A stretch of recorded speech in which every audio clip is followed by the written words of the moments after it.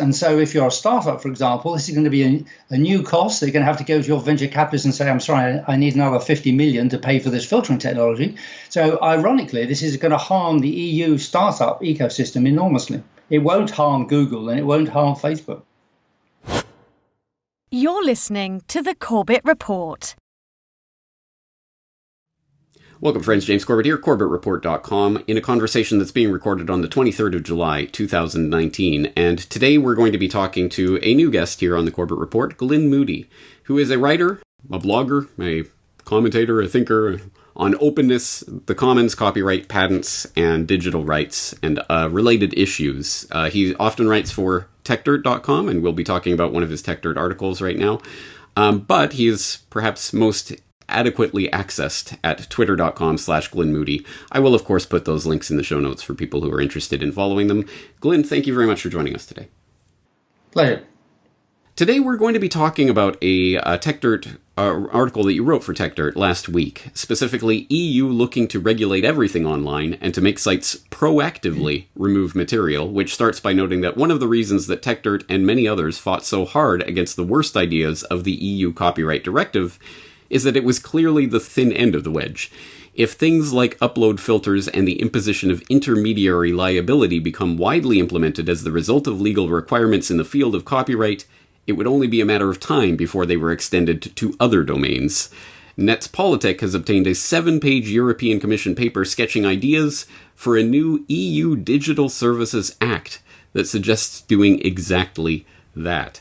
An ominous little piece of information coming out here, but let's set the context for people who might not know about it. I did talk about the EU Copyright Directive at the time that it was passing, but just set that context for us. What is the EU Copyright Directive and why is it important? The EU Copyright Directive was designed to update copyright for the digital age, is how it was presented, which actually was a good idea because it certainly needed updating.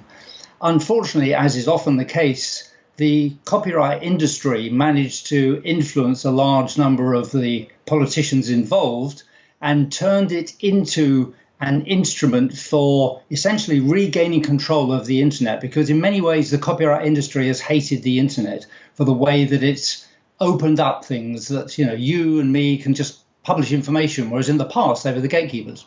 And so what they've been trying to do for the last 20 years is really regain control. And the Copyright Directive, unfortunately, is a big step towards doing that. And the principal part that is the problem is what was called Article 13 and has now been renamed as Article 17, which essentially, despite the fact that it hides it, requires larger sites to use upload filters for material which members of the public want to place on some kind of server.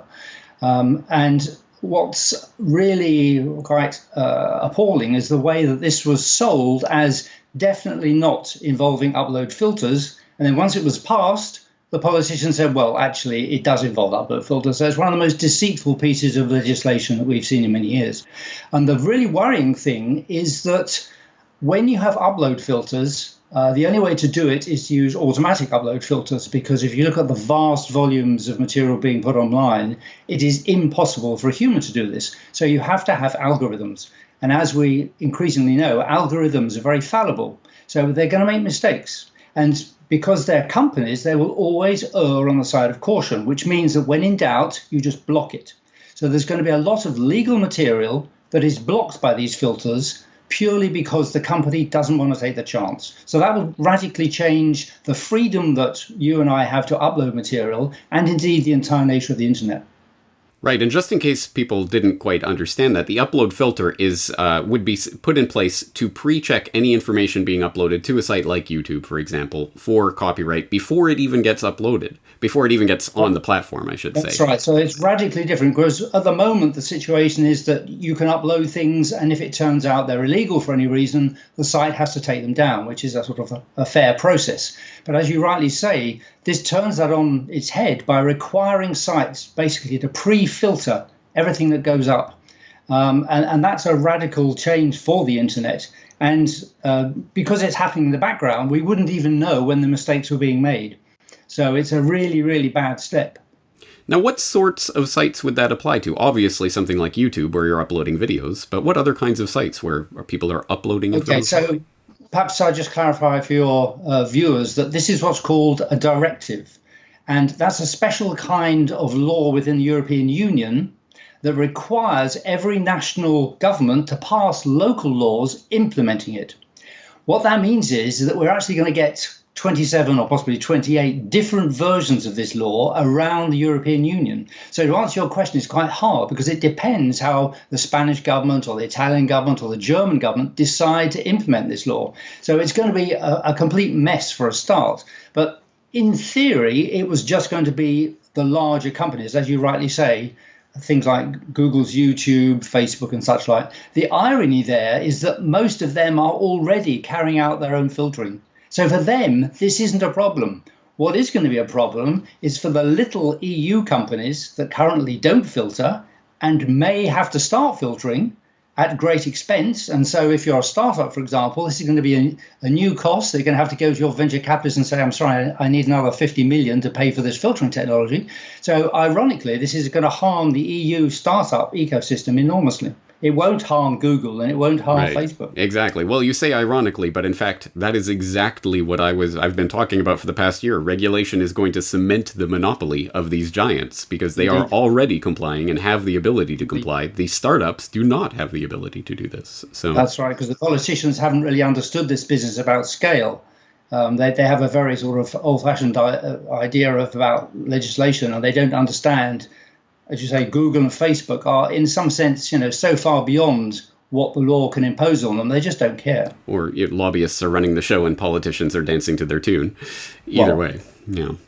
So let's talk about the EU Digital Services Act. How does that change, or this proposal, how does that change the... That's right. So it's important to emphasize that this is just a discussion document. So it's not a formal proposal, and there's no suggestion that they are looking to do this with certainty. However, the ideas that it contains are sufficiently worrying that I and others have been sounding the alarm about it.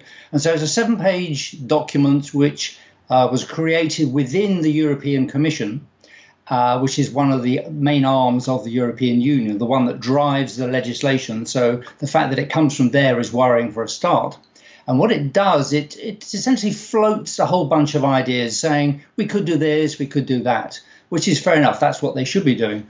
What's troubling is that all of the ideas are essentially moving in the same direction as the Article 13, Article 17 of the Copyright Directive in terms of trying to impose an obligation on sites to pre-filter everything.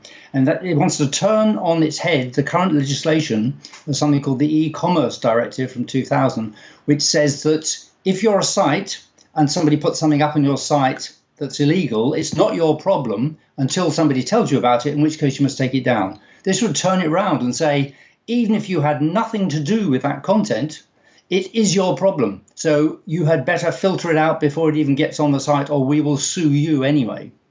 So that turning around of the responsibility is the worrying thing that's at the heart of this document. Right. So the e-commerce directive is a sort of equivalent of the U.S. Digital Millennium Copyright Act? That's part of it. There are other things implemented in other directives, but you're right that's... But the safe harbor provision is... To be frank, it was copying the US experience, which worked well by saying that they were mere conduits, that you're basically a pipe and you're not responsible for what flows through your pipe. The new paper we have says the pipe is responsible for its contents. And that's clearly a radical change, and one which, again, will be impossible for smaller companies to cope with. So how does this fit into the bigger picture of various copyright crackdown proposals that we've seen over the years in the US and Europe and other jurisdictions, SOPA, PIPA, ACTA, these acts that have come and gone over the years and are apparently they're still trying to use them. How does this fit into that picture of what the internet will look like? It's very much of a piece with SOPA, PIPA, ACTA. These are all different attempts by the publishing industry, the recording industry, the film industry to reassert control over what appears online. They basically want to be able to say what gets put online. And the way now they're currently trying to do that is through these filters, which will be like the copyright police. They want to institute algorithmic copyright police on every site. So they won't even have to do anything. They'll just basically threaten to sue someone and say it's your problem, sorted. And that's precisely what this 7-page document says, is that the responsibility, the liability for content will be on the sites. And as I say, that's a very worrying trend, and it's exactly what the copyright industry has been pushing for. That's right. And as worrying as all of that is, it also brings in other ideas and provisions. As you note, the other main proposal of the paper, the EU Digital Services Act, the other main proposal of the paper is to bring in mandatory pan-European rules for tracking online hate speech and disinformation, drawing on ideas in national laws. That's right. That's the other aspect. One thing the paper says it wants to do is to address the control of what it calls the entire stack.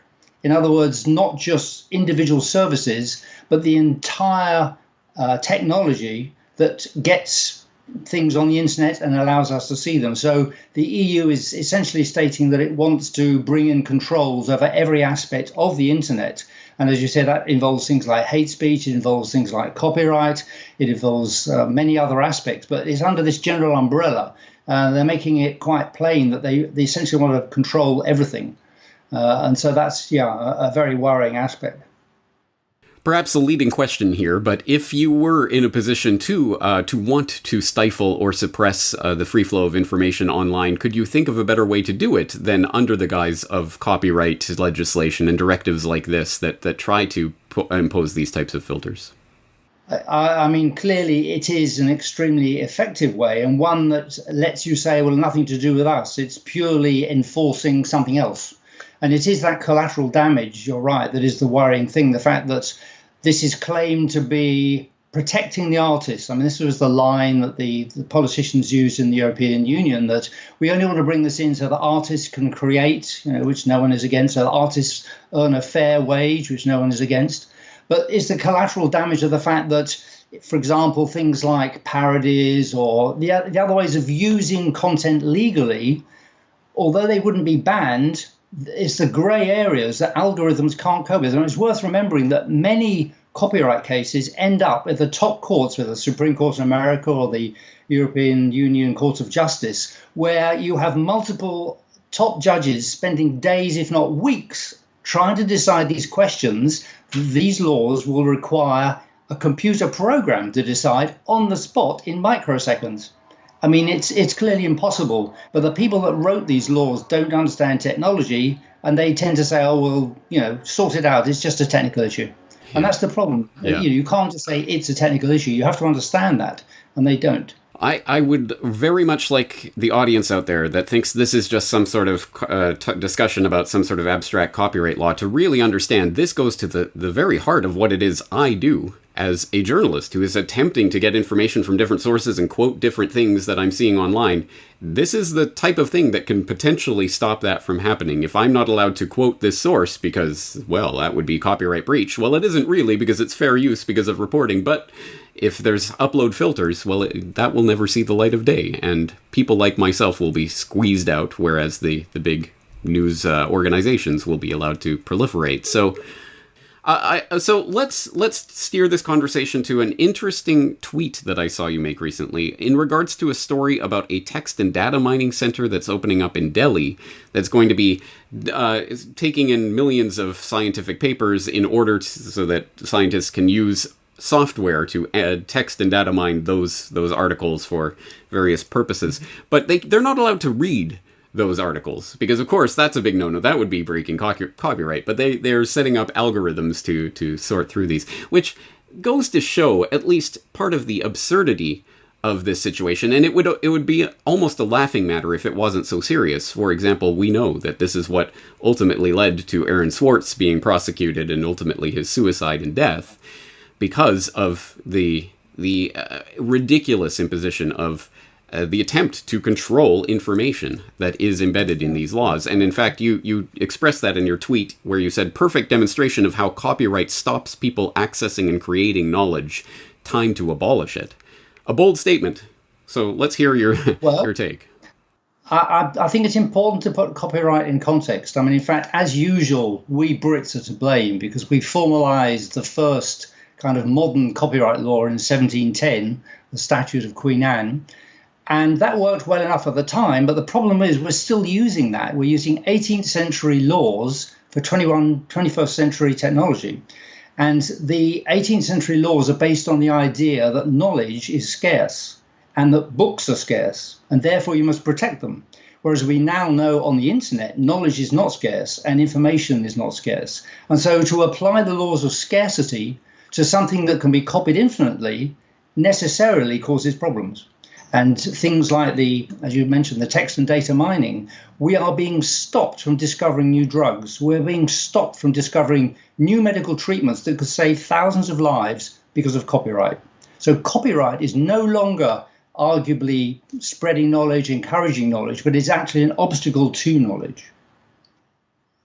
Well, some heady thoughts, and they do stem from these very important issues that are being decided right now that will have an impact on the way the internet develops from here. I mean, this is such an important issue for 21st century society. I really don't think I can stress this enough. If you like the work that I do and the work that Glyn does and other people who are attempting to spread this type of information online, you have to be interested in what is happening right now. And presumably there is a way for people to make their voice heard in the EU bureaucracy, although I'm not holding my breath. Well, we've stopped things in the past. We stopped the ACTA, Anti-Counterfeiting Trade Agreement.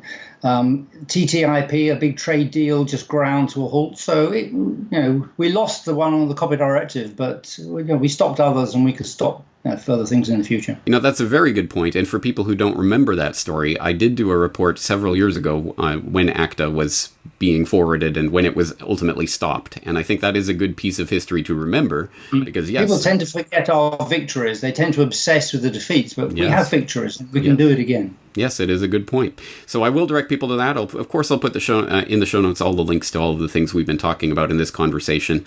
What is the next step for the EU Services Directive, or what's it called? So basically, things are complicated because we've got a changeover of the actual politicians within the European Union, within the Commission. So we have to see what their priorities will be. And once they start to articulate those, then I and many other people will start warning about the bad stuff in there and making sure that the politicians realize that, we're watching them and they can't just slip the bad stuff through. All right. Well, I will be watching your reporting and we'll have you back on if and when there's important developments that the audience needs to know about. Once again, the article we're talking about today, EU looking to regulate everything online and to make sites proactively remove material, available at TechDirt. And Glyn's writing is available at twitter.com/Glyn Moody. The links will be in the show notes. Glyn Moody, thank you for your time today. Pleasure.